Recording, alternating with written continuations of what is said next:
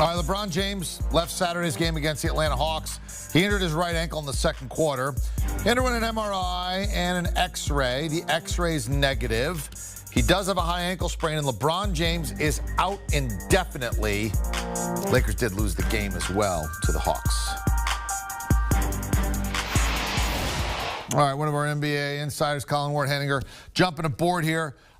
You hear high ankle sprain, out indefinitely. What does that mean to you? I mean, the Lakers right now, they're not going to win the division. They're going to make the playoffs. When he comes back, they're not going to win the division. They're going to make the playoffs. So how long is indefinitely a best guess here? Yeah, it's tough.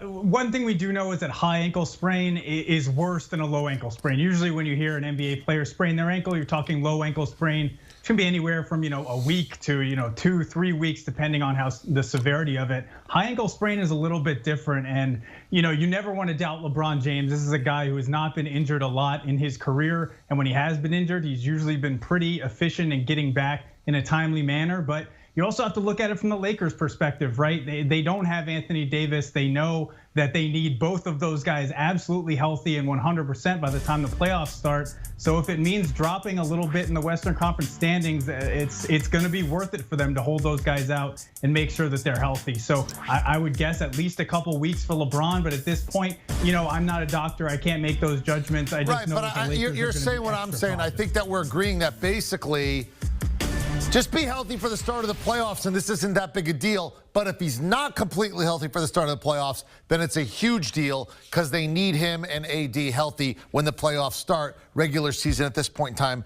doesn't mean much. Does this end the LeBron James MVP candidacy?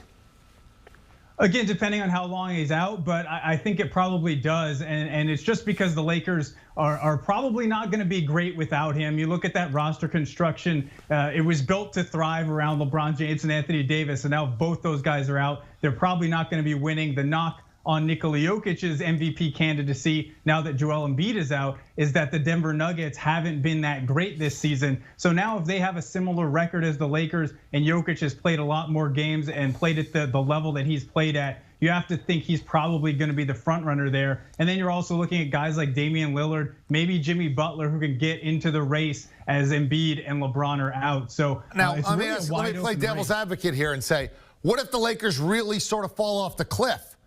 Wouldn't that lean credence to the idea that LeBron is the most valuable player because you see when he's not there how bad it is, or is it not going to work that way with the voters? Yeah, I don't think it's going to work that way. And that's just because we know what LeBron James is, right? I don't think anybody is going to be surprised if the Lakers are bad without him or that they're better with him. I think he had that part of the MVP consideration kind of locked up already. It was really going to be how high he could get this Lakers team in the standings with Anthony Davis out and at the level he's been playing at. So, he's been campaigning for the MVP ever since last year in the bubble. And I think, unfortunately, depending on how long he's out, this could probably hurt his chances quite a bit. Ultimately, do you think this affects the Lakers' chances to win the title at all? I mean, even one iota. I mean, if both our guys, AD and LeBron, are healthy when the playoffs start, this really wouldn't matter. Is that fair to say?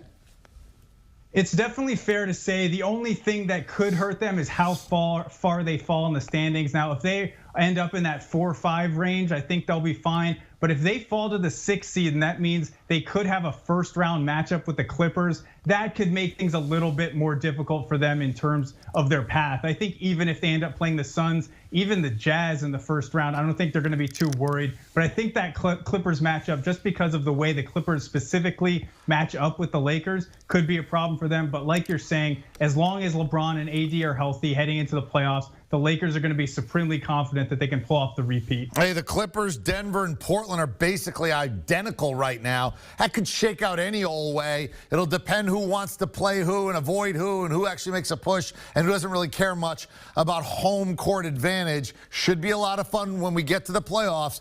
You're a Laker fan, you've got to be saying to yourself, just make sure AD and LeBron are ready to go when we tee it up for real in the association. Colin, great job. Thank you very much. Appreciate the time.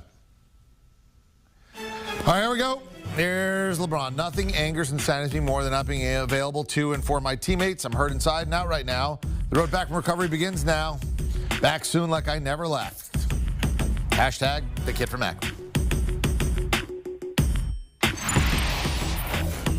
Want a sports network that delivers everything that matters about the game? The highlights, the picks, the instant analysis. No yelling, no fake debates, no politics. Hit the subscribe button and never miss a moment.